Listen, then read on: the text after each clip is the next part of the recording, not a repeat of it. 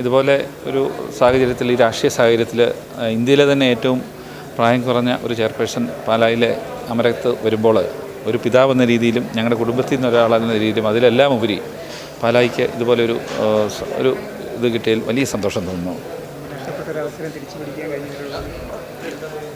രാഷ്ട്രീയത്തിൽ നഷ്ടപ്പെട്ട അവസരങ്ങൾ സ്വാഭാവികമായി തിരിച്ചു വരും തന്നെയാണ് എനിക്ക് ബോധ്യമുള്ളത്. പക്ഷേ ഈ വിജയം എന്ന് പറഞ്ഞാൽ ഞങ്ങളൊരു നിമിത്തമായി എന്നാണ് കരുതുന്നത്. ഞങ്ങളതിനു വേണ്ടി ശ്രമിക്കുന്നതിലുപരി ഞങ്ങളിലൂടെ പാലായിലെ ജനമാണ് വിധി എഴുതിയത്.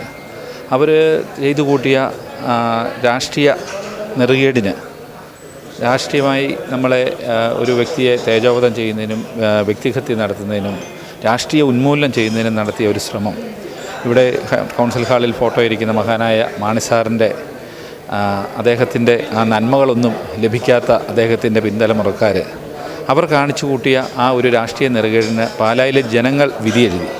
അത് ഞങ്ങളിലൂടെയാണ്.